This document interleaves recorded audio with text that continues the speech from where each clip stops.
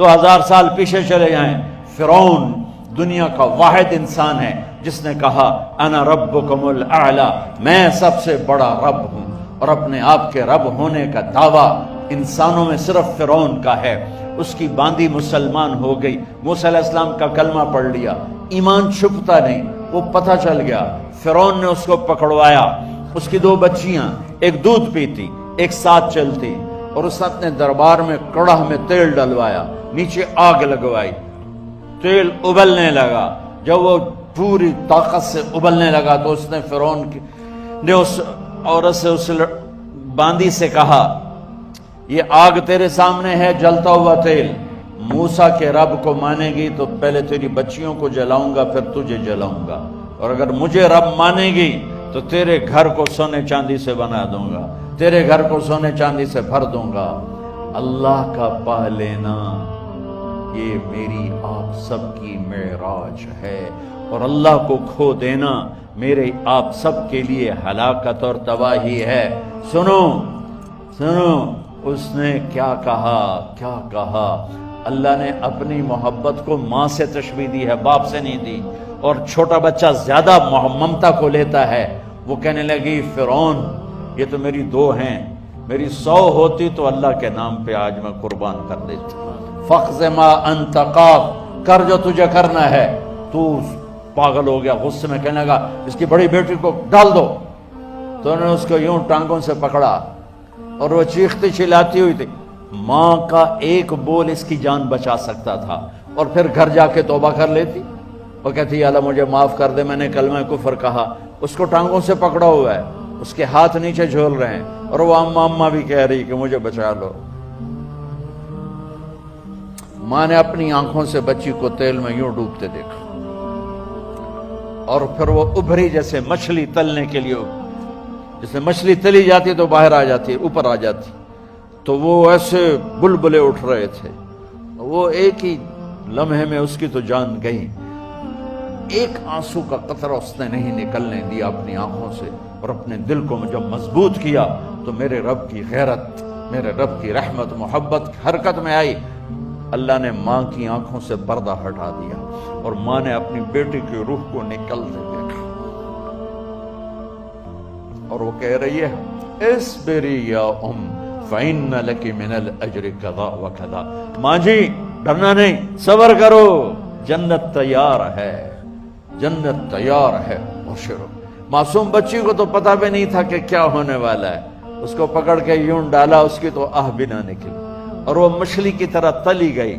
اب پھر ماں کا کلیجہ پھٹا، اللہ نے پھر آنکھوں سے پردہ ہٹایا، اور انہیں اپنی بچی کی روح کو نکلتے دیکھا، اور وہ کہہ رہی اصبری یا ام فإن لک من الأجر کذا وکذا، ماں جی تھوڑی دیر کا صبر، جنت تیار ہے، جنت تیار ہے، جنت تیار ہے۔ اللہ کو پایا سب کچھ پایا، اللہ کو کھو دیا سب کچھ کھو دیا۔ جب اس کو پکڑ کے لے جانے لگے، اس نے فرعون کو دیکھا، فرعون اس کی آنکھوں میں آنکھیں نہیں ڈال سکا، نظریں نیچے ہو گئی اس کی۔ کہنے لگی میری ایک بات مانو گے، میری ایک خواہش پوری کرو گے؟ فرعون نے پوچھا کیا؟ کہ جب میں بھی جل جاؤں تو میری اور میری بچیوں کی ہڈیوں کو اکٹھے دفن کرنا، باہر پھینک نہ دینا، دفنا دینا۔ فرعون نے کہا تمہاری یہ خواہش پوری کی جائے۔ انہوں نے کہا پیچھے ہٹ جاؤ، میں نے اللہ کو جان دینی ہے، مجھے دھکا دینے کی ضرورت نہیں ہے، میں اپنے اللہ سے ملنے جا رہا ہوں۔ سبحان اللہ، جب اللہ مطلوب ہوتا ہے تو موت محبوب بن جاتی، جب اللہ کی نافرمانی ہوتی ہے تو موت سے نفرت ہو جاتی ہے، مرنا عذاب نظر آتا ہے۔ وہ چھلانگ مار گئی، اللہ اکبر کا نعرہ لگاتی ہوئی، ہڈیاں ادھڑ گئیں، گوشت ادھڑ گیا، ہڈیاں باقی رہ گئیں۔ فرعون نے کہا ایک ہی جگہ ڈال دو، سب کو دفن کر دو۔ دفن 2000 سال کے بعد، بچوں بچیوں 2000 سال کے بعد، موسیٰ علیہ السلام کے 2000 سال کے بعد جناب رسول اللہ صلی اللہ علیہ وسلم دنیا میں تشریف لائے۔ 40 سال کی عمر میں نبوت ملی، 50 سال کی عمر میں معراج ہوا، 2050 سال کے بعد میرے نبی کی سواری بیت المقدس جا رہی ہے، اور بیت المقدس پر جب وہ اوپر پہنچے ہیں تو مصر وہاں سے قریب ہو جاتا ہے۔ جب وہ اترنے لگے تو میرے نبی نے کہا، جبریل جنت کی خوشبو آ رہی ہے، جبریل جنت کی خوشبو آ رہی ہے۔ کہاں سے؟ ابھی تو جنت اوپر ہے، ابھی تو اوپر جانا ہے، تو یہ زمین سے جنت کی خوشبو کیا آ رہی ہے؟ تو جبریل نے عرض کی، یا رسول اللہ، فرعون کی ایک باندی تھی